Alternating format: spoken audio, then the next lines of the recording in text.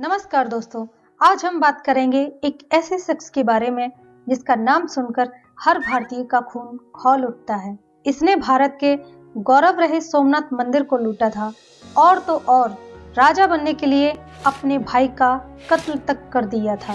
दोस्तों, हम बात कर रहे हैं महमूद गजनबी के बारे में, जिसे ज्यादातर लोग महमूद के नाम से जानते हैं। तो दोस्तों, स्वागत है आपका हिस्ट्री फैक्ट्स चैनल में और आज हम इसी पर बात करेंगे। तो चैनल को सब्सक्राइब कर लीजिए और नोटिफिकेशन बेल आइकन को जरूर प्रेस कर लीजिए ताकि आपको ऐसी ही हिस्ट्री की वीडियो आगे भी सबसे पहले मिल सके। दोस्तों, महमूद के वंश को हम यामिनी वंश या गजनबी वंश के नाम से जानते हैं। इसकी स्थापना 963 ईस्वी में अलप्तगीन ने की थी।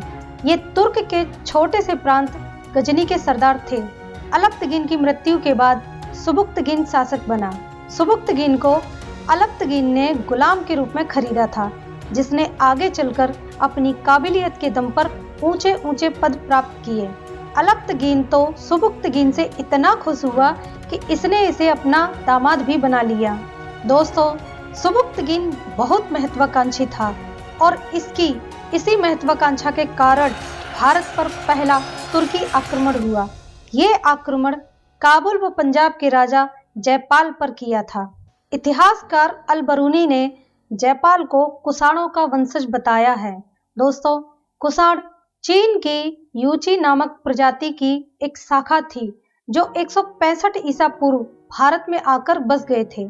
ये जनजाति इतनी क्रूर थी कि चीन के राजाओं ने इन्हें वहां से भगा दिया और इन्हें रोकने के लिए आगे चलकर ग्रेट वॉल ऑफ चाइना बनाई। अब लौटते हैं जयपाल और सुबुक्तगीन के युद्ध पर।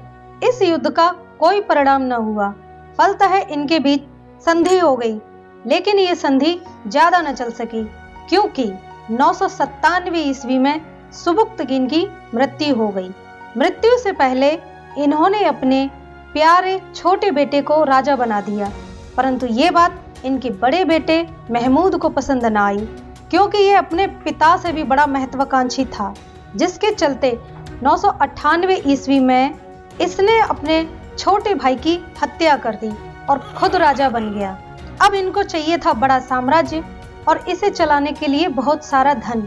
अब ये सब तो इन्हें आसानी से मिलने वाला नहीं था, तो इन्होंने दूसरों को लूटने व उनका राज्य हड़पने की योजना बनाई। इसके लिए ये सबसे पहले पहुंचे ईरान, उसके बाद ट्रांसआक्सियान और 1000 ईस्वी में खैबर दर्रे को पार करके पहुंच गए भारत में जयपाल के पास। जयपाल महमूद से युद्ध में हार गया। आत्मग्लानि स्वरूप जयपाल ने आत्मदाह कर लिया। आगे महमूद ने मुल्तान के राजा दाऊद को हराया और उसे भी लूट लिया।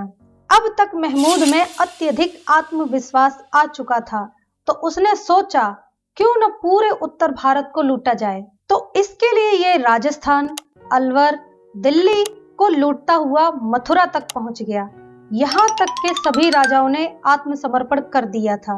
दोस्तों, उस वक्त मथुरा हिंदुओं का बहुत बड़ा तीर्थ स्थल था। यहाँ भारत के कोने कोने से बहुत से श्रद्धालु आते थे, जिस कारण यहाँ बहुत सा धन था। साथ ही कई देवी देवताओं की 5-5 हाथ लंबी रत्न जड़ित सोने की मूर्तियां भी थीं। महमूद ने सब लूट लिया। अब महमूद चला कन्नौज। कन्नौज के राजा थे गुर्जर प्रतिहार वंशी राज्यपाल।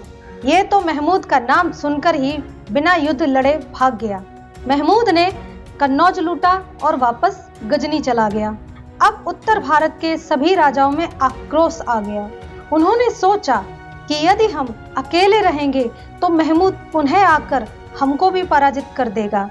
अतः उन्होंने एक संघ बनाया और इस संघ का राजा बने बुंदेलखंड के शासक विद्याधर। विद्याधर ने सोचा कि बाहर के दुश्मन को मारने से पहले घर के कायर को मारना चाहिए, सो चल दिए कन्नौज। कन्नौज पहुंचकर विद्याधर ने वहां के राजा राज्यपाल को मार दिया। 1020-21 में महमूद और विद्याधर व संघ की सेनाएं पुनः आमने सामने थी। महमूद अपने सामने इतनी विशाल सेना देखकर डर गया कि अब इन्हें कैसे परास्त किया जाए। इधर विद्याधर भी महमूद की सेना को देखकर डर जाता है, जिसके कारण विद्याधर रात के अंधेरे में ही अपने सैनिकों को लेकर वहां से चला जाता है। अगली सुबह जब संघ के अन्य राजाओं को ये बात पता चलती है तो सैनिकों में भगदड़ मच जाती है। जब इस बात का पता महमूद को चलता है तो वो चौंक जाता है, लेकिन जल्द ही परिस्थिति पर काबू कर संघ के राजाओं को परास्त कर देता है। पुनः महमूद और विद्याधर का आमना सामना होता है 1022 में। विद्याधर महमूद से बिना युद्ध किए संधि कर लेता है और महमूद की प्रशंसा में एक कविता लिखकर भेंट कर देता है। महमूद भी अपनी प्रशंसा से खुश होकर विद्याधर को छोड़ देता है। वह 15 किले भी इनाम में दे देता है। दोस्तों, अब मैं आपको वो जानकारी देने जा रही हूँ जिसके बारे में सुनकर हर भारतीय का खून खौल उठता है। दोस्तों, मैं बात कर रही हूँ सोमनाथ मंदिर के बारे में। इस मंदिर को लूटने की वजह से ही महमूद इतिहास के पन्नों में कुख्यात हो गया, क्योंकि उस वक्त सोमनाथ मंदिर समस्त भारतवासियों के लिए सबसे पवित्र मंदिर था। दोस्तों, सोमनाथ मंदिर गुजरात में समुद्र के तट पर बना हुआ है। उस वक्त गुजरात को काठियावाड़ बोलते थे और अन्हिलवाड़ इसकी राजधानी थी।